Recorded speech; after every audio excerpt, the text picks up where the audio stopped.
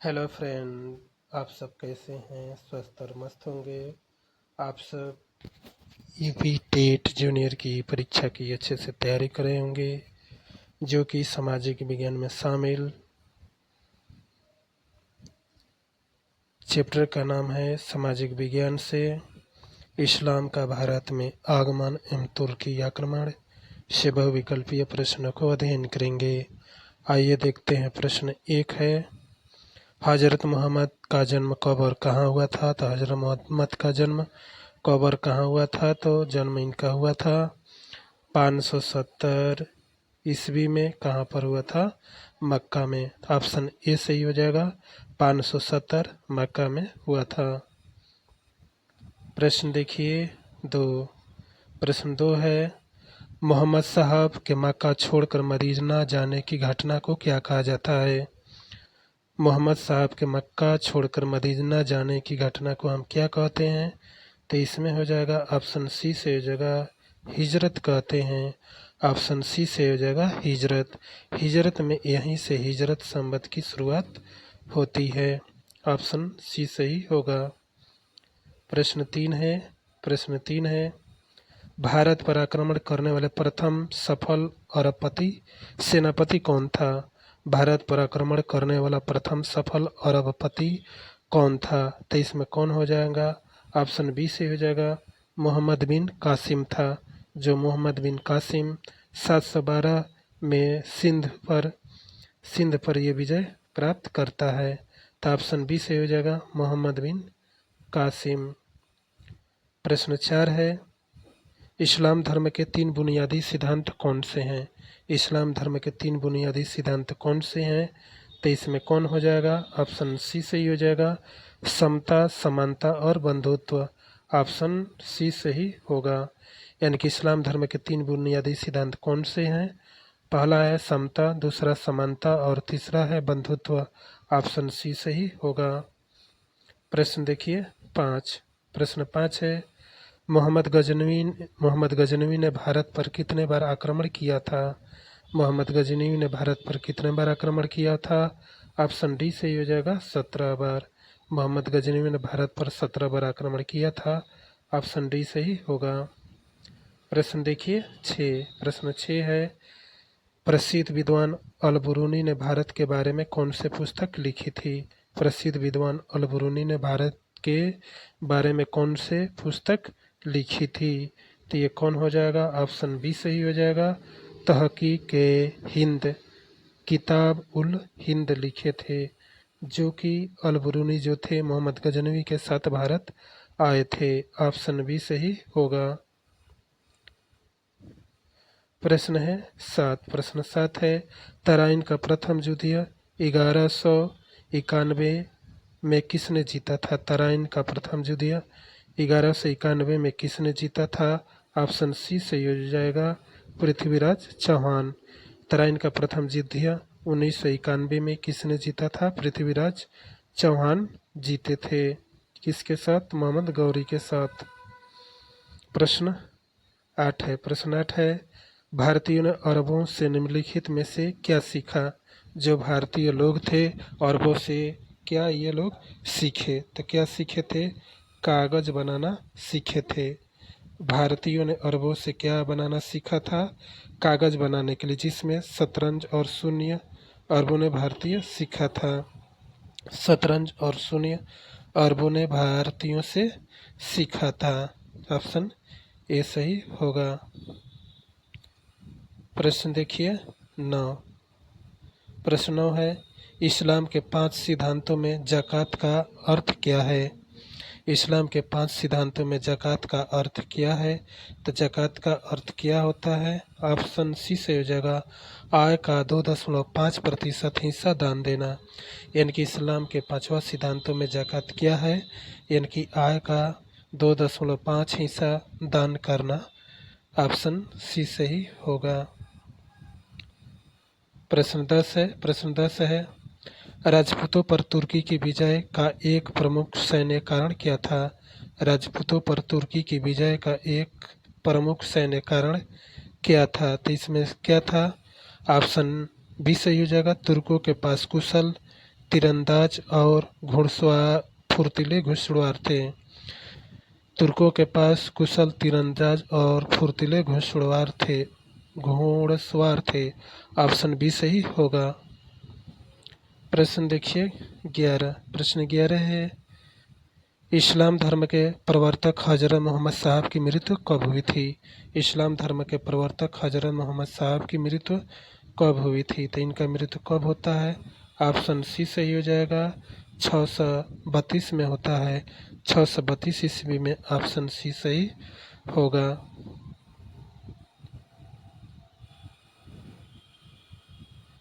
प्रश्न देखिए 12। प्रश्न 12 है, भारत और अरब के बीच व्यापारिक संबंधों के तहत अरब व्यापारी भारत के किस तट पर सबसे पहले आए थे?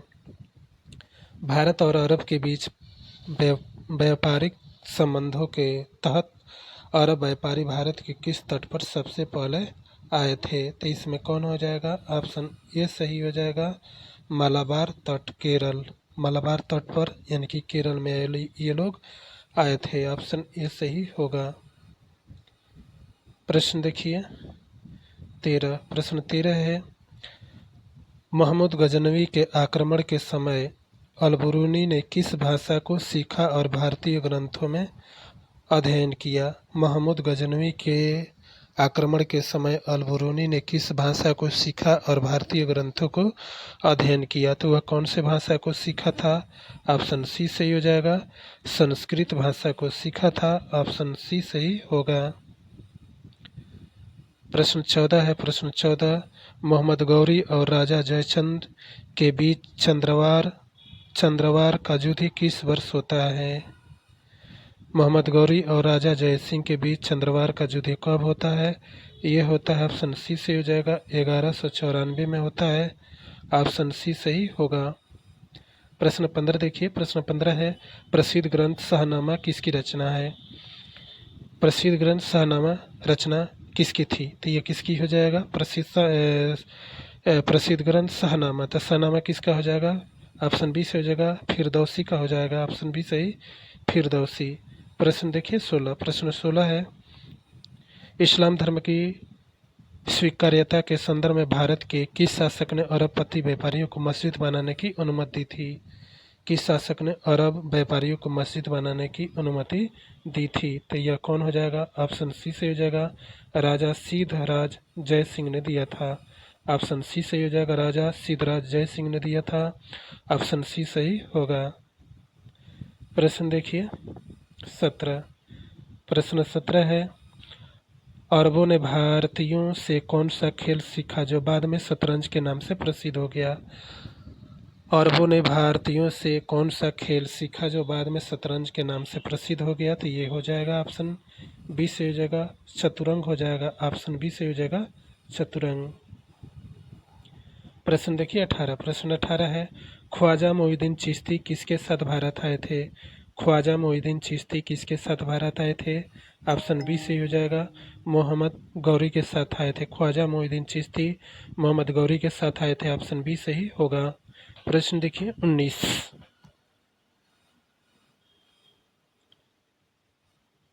प्रश्न 19 है, अरबों के माध्यम से हिंदसा यानी कि संख्याओं का ज्ञान कहाँ हुआ? अरबों के माध्यम से हिंदसा यानी कि संख्याओं का ज्ञान कहाँ पहुँच गया? तो यह कहाँ पहुँच गया? ऑप्शन सी सही हो जाएगा, यूरोप में पहुँच गया। ऑप्शन सी सही हो जाएगा, यूरोप में। प्रश्न देखिए 20। प्रश्न 20 है, प्रश्न 20 है, मोहम्मद गौरी की मृत्यु के बाद भारत में उसके विजित क्षेत्रों का प्रशासन किसने संभाला? मोहम्मद गौरी की मृत्यु के बाद भारत में उसके विजित क्षेत्रों का प्रशासन किसने संभाला था? तो ये कौन हो जाएगा? ऑप्शन सी से हो जाएगा, कुतुबुद्दीन ऐबक संभाला था। ऑप्शन सी से हो जाएगा, कुतुबुद्दीन ऐबक। प्रश्न देखिए 21। प्रश्न 21 है, मोहम्मद साहब के अनुसार अल्लाह की प्रार्थना करने का सबसे सही तरीका क्या है? मोहम्मद साहब के अनुसार अल्लाह की प्रार्थना करने की सबसे सही तरीका क्या है? तो यह सही तरीका क्या है? ऑप्शन बी सही हो जाएगा, सीधे और सरल तरीके से प्रार्थना करना। ऑप्शन सी सही होगा। प्रश्न देखिए 22। प्रश्न 22 है, देखिए प्रश्न 22 है, अरबों ने भारतीयों से वैदिकी आयुर्वेद का ज्ञान प्राप्त करके उसने अपनी भाषा में अनुवाद किया।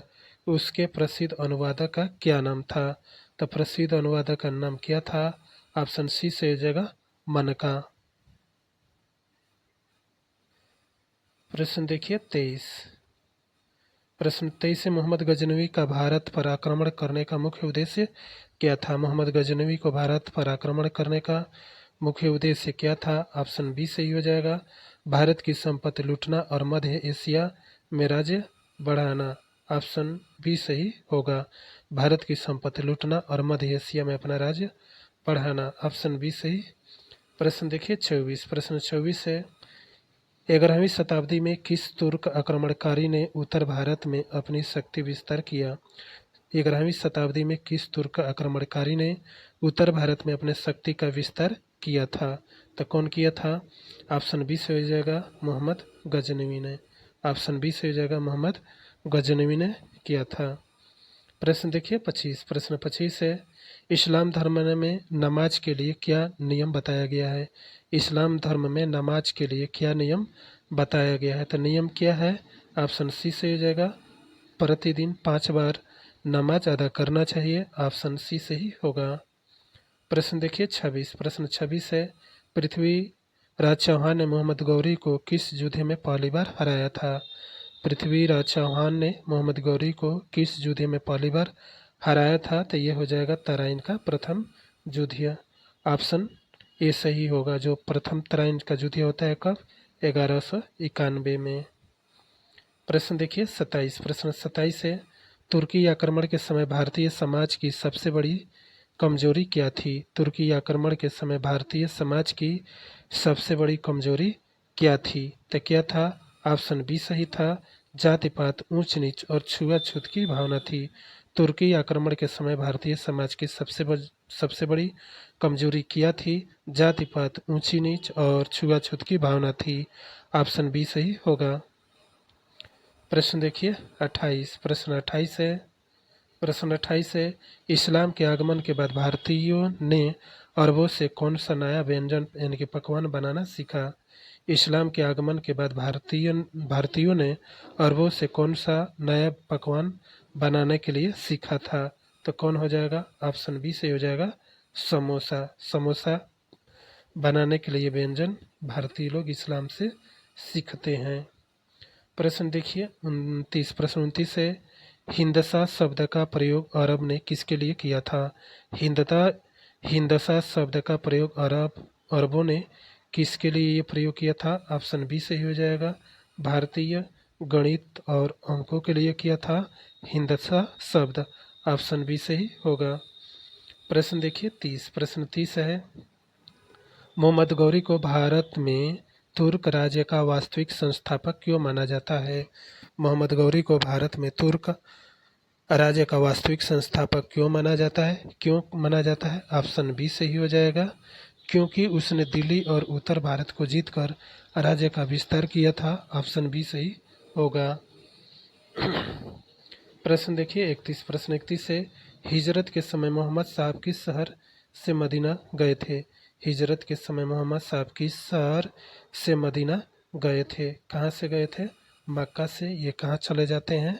मदीना चले जाते हैं, जिसे हिजरत कहा जाता था।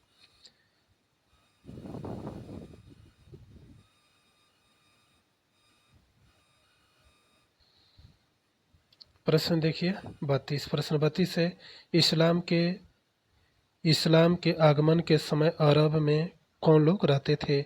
इस्लाम के आगमन के समय अरब में कौन लोग रहते थे? कौन लोग रहते थे? ऑप्शन बी सही हो जाएगा, छोटे छोटे कबीले रहते थे। ऑप्शन बी सही हो जाएगा। प्रश्न देखिए 33। प्रश्न 33 है, चचनामा ग्रंथ में हमें किस क्षेत्र के इतिहास की जानकारी मिलती है? चचनामा ग्रंथ में हमें किस क्षेत्र के इतिहास की जानकारी मिलती है? तो ये हो जाएगा, ऑप्शन सी से हो जाएगा, सिंध के बारे में जानकारी मिलती है, जो कि अरब विजय की विवरण मिलता है चचनामा में। प्रश्न देखिए 34। प्रश्न 34 है, मोहम्मद गजनवी का दरबारी कवि कौन था जिसे शाहनामा लिखा था?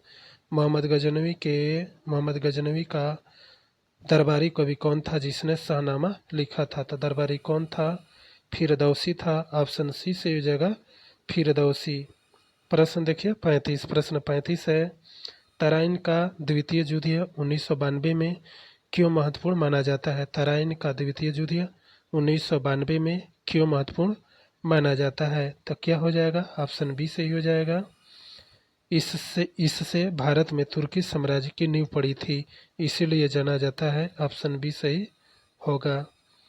प्रश्न 36 है, प्रश्न 36 है, प्रश्न 36, भारतीयों ने अरबों से चरखे का प्रयोग किस कार्य के लिए सीखा? भारतीयों ने अरबों से चरखे का प्रयोग किस कार्य के लिए सीखा था? ऑप्शन बी सही होगा, सूत काटने के लिए। ऑप्शन बी सही, सूत काटने के लिए। प्रश्न 37 है, इस्लाम धर्म के 5 सिद्धांतों में नमाज का स्थान कौन सा है? इस्लाम धर्म के 5 सिद्धांतों में नमाज का स्थान कौन सा है? तो इसमें हो जाएगा दूसरा, यानी कि पहला कलमा, दूसरा। ऑप्शन बी सही होगा। प्रश्न 38 है, प्रश्न 38 है, राजा दाहिर कहाँ के शासक थे जहाँ मोहम्मद बिन कासिम ने आक्रमण किया था? राजा दाहिर कहाँ के शासक थे जहाँ मोहम्मद बिन कासिम ने आक्रमण किया था? तो यह कहाँ के थे? राजा दाहिर सिंध के थे। ऑप्शन सी से हो जाएगा, सिंध। प्रश्न 39 से, मोहम्मद गजनवी ने भारत पर अपना अंतिम आक्रमण किस वर्ष किया था? मोहम्मद गजनवी ने भारत पर अपना अंतिम आक्रमण किस वर्ष किया था? तो ये हो जाएगा, ऑप्शन सी से हो जाएगा 1027 में जाटों के विरुद्ध किया था। ऑप्शन जाटों के विरुद्ध किए थे 1927 में। ऑप्शन सी सही हो जाएगा। प्रश्न देखिए 40, मोहम्मद गौरी की जीत के बाद उत्तर भारत में किस नई शासन व्यवस्था की शुरुआत हुई? मोहम्मद गौरी की जीत के बाद उत्तर भारत में किस नई शासन व्यवस्था की शुरुआत हुई थी? तो ऑप्शन बी सही हो जाएगा, दिल्ली सल्तनत काल की। मोहम्मद गौरी की जीत के बाद उत्तर भारत में किस नई शासन व्यवस्था की शुरुआत हुई? दिल्ली सल्तनत काल की होती है। ऑप्शन बी सही होगा। प्रश्न देखिए 41, प्रश्न 41 है, भारतीय समाज में ऊंच नीच और छुआछूत ने तुर्कों को क्या लाभ पहुंचाया? तो तुर्कों को लाभ क्या पहुंचाया था? ऑप्शन बी सही हो जाएगा, भारतीयों में फूट डाली और जिसमें तुर्की आसानी से जीत सके। ऑप्शन बी सही होगा। प्रश्न देखिए 42, प्रश्न 42 है, ख्वाजा मोइनुद्दीन चिश्ती की दरगाह कहाँ स्थित है? ख्वाजा मोइनुद्दीन चिश्ती की दरगाह जो है ये कहाँ पर स्थित है? ऑप्शन बी सही हो जाएगा, अजमेर में स्थित है। ऑप्शन बी सही हो जाएगा, अजमेर।